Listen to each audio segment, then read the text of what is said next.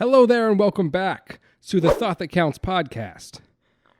Boy, what's going on downstairs? Huh? What's going on down in Florida? Florida. Boy. Aren't they always kind of fucking shit up? Isn't Florida kind of, what do we call it? The problem child here? That in Texas. Good old Texas. It's supposed to be like the land of the free, right? Not much freedom where I'm sitting. Well, look, we've got this bill going on in Florida. They're trying to pass a bill. It's being referred to as the Don't Say Gay bill, which is interesting because it doesn't really have much to do with saying the word gay. But here's what it is. This bill, if passed into law, would prevent teachers or, put in place a rule that makes it a violation for teachers to instruct kindergartners through third graders in gender identity and sexual orientation. And people are saying it's, really harmful. People are really upset about this. That K through 3 in Florida would not be allowed to be instructed by their teachers on gender identity and sexual orientation. People are very upset about this. And I am one of these people. I am shocked and appalled at the behavior of the members of the school board in Florida. How can you live with yourself? You filthy pieces of dog turd. How do you sleep at night knowing that you're writing a bill that would prevent kindergartners from engaging in intellectual discussions on sexual identity and transgender rights? How evil can you be? You bag of shit. I'm planning on suing each and every member of the school board in Florida, every county of Florida. I'm coming for you. I'm coming for you bastards. So you better get yourselves ready. I mean, this is damaging. This is horrifying. For God's sake. Another, down, like the fifth paragraph of the bill states that school teachers, if the bill is passed, would be allowed to slaughter gay 6-year-olds. I won't stand for it. I won't allow it. I will not be party to it. I'm standing up for this.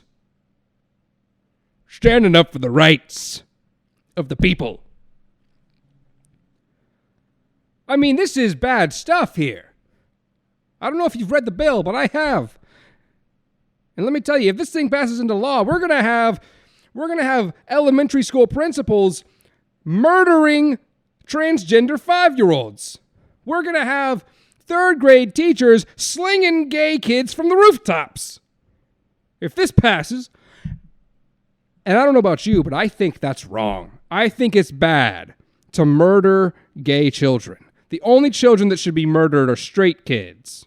And if you disagree with me, then you're a bag of shit. I mean, why wouldn't we want our 7-year-old kids going to school, learning about, sexual orientation, the fluidity of gender, and engaging in these discussions? This is important stuff for them to know. How are they going to have fun on the playground if they're not learning about transsexual surgeries? If we don't tell them about the heroic behaviors and actions of Caitlyn Jenner, how are they going to grow up to be decent people? I think they would grow up to be worse than we are. And we're already pretty bad. This bill is kind of like, it's also kind of worded in a way that's rather vague in some places. And people are saying that it could prevent LGBTQ kids from receiving support from their school. Like, let's say they're, discovering this part of themselves and they're, scared to come out to their parents because they live in Florida and their parents are racist pieces of turd. And so they come to the school counselor and they say, hey, I'm feeling this stuff inside and I don't know what to do with this information. Well, the counselors, I think, according to this bill, are required by law to go tell the parents. They're like required to out the kids to their families. I mean, that's not a big deal. Why would that be a problem? What, you need support? Support some abort. Huh? Who needs it? Who needs support? What are you, a baby? What are you, a 5-year-old? You need support? What are you, 6? What are you, a second grader? You need support? What a filthy bag of bones you are. What a useless hunk of cheese. If you're 7 years old and you're really such a little bitch that you need support when you're discovering parts of yourself that you don't understand, then you should die. You should be slung from that rooftop. I'll come down there and kill you myself. Support. I can't believe these people are making a big deal about the fact that these kids aren't going to be able to receive support. Grow some thick skin, right? Go out into those swamps that you call your backyard and live there for a few days. Go wrestle some gators. Go stand out in the desert heat for a few days and nights. Grow some thick skin. Thicken your skin up, kids. You need support. Ugh, you sicken me. I'm disgusted by the fact that you can't man up as a grown-ass 7-year-old and deal with your emotions properly like a fully developed human should be able to. You're a disgrace. That's why your parents don't love you. Because you're a filthy disgrace. Look, of course I'm joking. This bill is kind of messed up. First of all, you can read the descriptions of the bill and think to yourself, well, it's not really outlawing discussions. The people who are writing the bill are saying, well, we're not outlawing the discussion of these things. We're just saying that it shouldn't be taught by your teachers. And I can get behind that. Like, I don't want a teacher being like, what qualifies a kindergarten teacher to instruct my 5-year-old son on the meaning and ramifications of his gender identity and sexual orientation? Right? Like, you're no more qualified than I am. And I'm no more qualified than you are. So maybe you should. I don't know. It seems useless, though. Why? Who cares? Who cares if these kids are having these conversations? Who cares? They're going to have the conversation at one point or another, or a third point or a fourth point. The first point is 5 years old. The second point is 27. So if you deprive them of this information at age 5, they're not going to have another opportunity until they're into their late 20s. The third point is 50, and the fourth point is death. When you're on your deathbed, a priest will come in, and he will try to get handsy with you, as priests often do. And that will be your fourth and final opportunity to receive this kind of information and have these kinds of discussions and, thoughts and process this information. And I don't know about you, but that'll probably be the most fun way. But, whatever.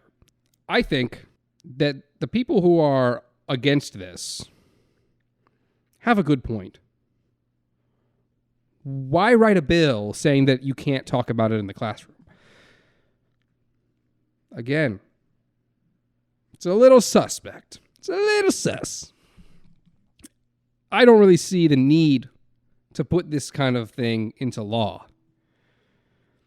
And they have another good point. The people who are against the bill are saying, they wouldn't be writing this bill. They don't have a problem talking about heterosexual, orientations. They don't have a problem, joking around with little Jimmy, asking if he has a crush on, Courtney over there. Like, people joke around with little kids all the time about having a crush, but it's almost always a heterosexual orientation crush that they're joking about. And no one has a problem with that. So why should anyone have a problem with a gay crush, right? At the end of the day, these kids probably don't know what the hell they're talking about, right? Stacy might have a crush on Sydney because Cindy gave her an ice cream cone. I don't really trust these kids. I don't really think they know what they're talking about. If they express something, you should listen. But take it with a grain of salt. Because I've worked with kids before, and a good majority of them tried to convince me that they saw a dragon the week before last. And it's not credible. They're not always credible people. In fact, there are psychological definitions that say that you're not a person yet until you reach at least age 7. You can look this up. That's a thing. I learned that in class. I went to school.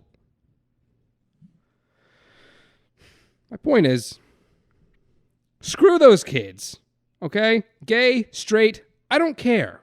Unless you're talking about Pokemon, get out of my face. Unless you're playing with Hot Wheels, go die.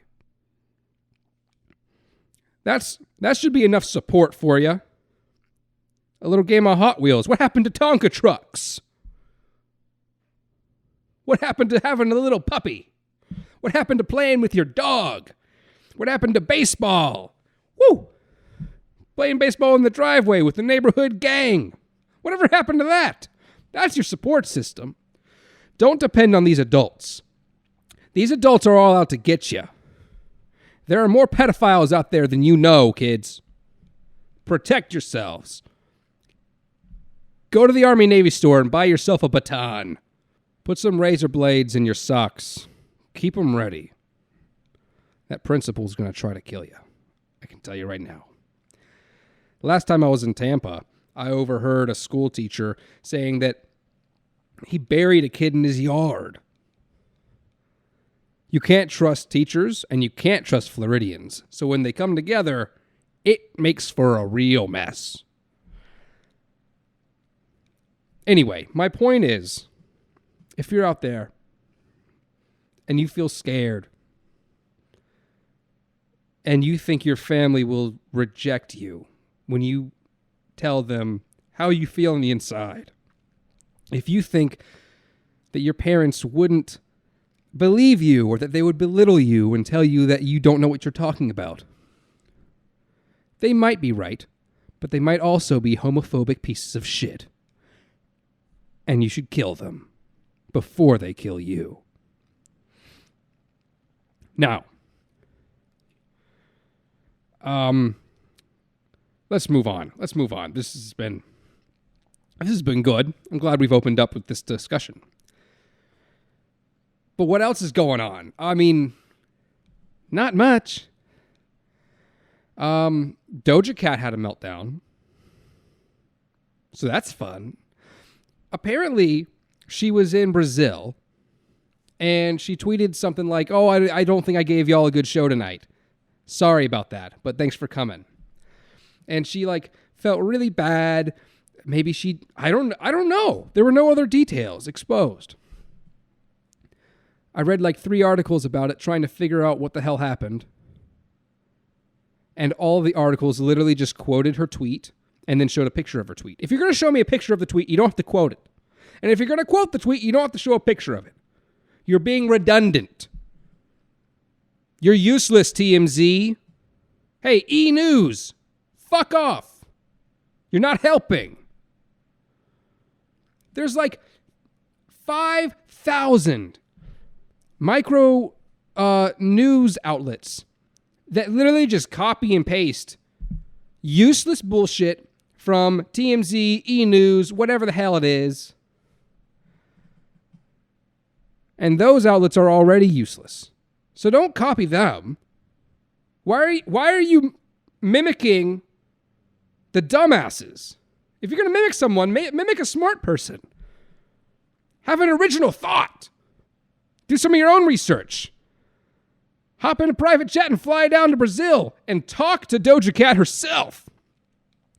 Now, I already thought Doja Cat was slightly less repulsive than the average celebrity because, well, really just because I like the Bitch I'm a Cow song. It's a good song. I thought it was fun. But she apologized for her show. She said it wasn't good enough. She didn't think. And then, apparently, this is where it gets good. Apparently, she had to cancel a show in Paraguay because of flooding and storms. You know, as you do. As one does. You might have to cancel something if it's flooding and storming. I mean, if it's raining more than 1/4 of an inch, I call out from work because I'm not about that. Okay? It's wet. It's wet. I can't deal with it. I'm allergic to moisture, boss man. Get off my back. So she didn't go to the show in Paraguay. And apparently her fans were very upset. Somebody tweeted a picture of her with the giant watermark caption, Public Enemy #1. Public Enemy #1. That's a great fan you've got there, Doja. Miss Cat. Miss Kitten, if you will. What kind of a fan labels you Public Enemy #1 for canceling a show? Who cares? You weren't going to see her anyway. Paraguay is a shithole, and you know it. I'm just kidding. To any of my potential fans out there in Paraguay, I love you. And I would like for you to come to my show. I will be performing at your local venue next month. Just show up one night. I'll be there. So the Paraguay fans hate her now. And she was all of a sudden recanting her apology, saying, I'm not sorry, and blah, blah, blah. And then she had a meltdown. She was like, music sucks. The music industry's dead. Everyone's dead to me. I hate you. You hate me. Fuck off. Go die. Blah, blah, blah. It was intense. And I gotta tell you, I respect her more now than I ever have. She changed her Twitter handle to I quit. She says she quits music. She's done. I'm out of there. We out of here. It's pretty funny stuff. But like I said, I respect it. Because the music industry is dead. Podcasting is the new vibe. Follow me on YouTube. Follow me on all the whoosy whatsies. Listen to the podcast. To the podcast. So, anyway. She's cool now. I agree with her. What more do you want? What more do you want from me? Is it not good enough? Is talking about Doja Cat not good enough? Is talking about gay rights bills in Florida, am I not doing enough for you people? Do you not like it? Do you not want it? I'm going to shove this content down your throat whether you like it or not, because this is all I've got. This is all I have. Fuck it. You're all dead to me. I quit. I'm done. The podcast industry's dead. It's dead. So you can go die, and I'm going to go die as well. Good night, America. I hope you hated this episode. I hope you hated it. I hope you think I'm a piece of shit. I hope you see me for what I am. The raw truth right here. Right here. In my infected eyes, I hope you see the pungent hatred that I have for each and every one of you.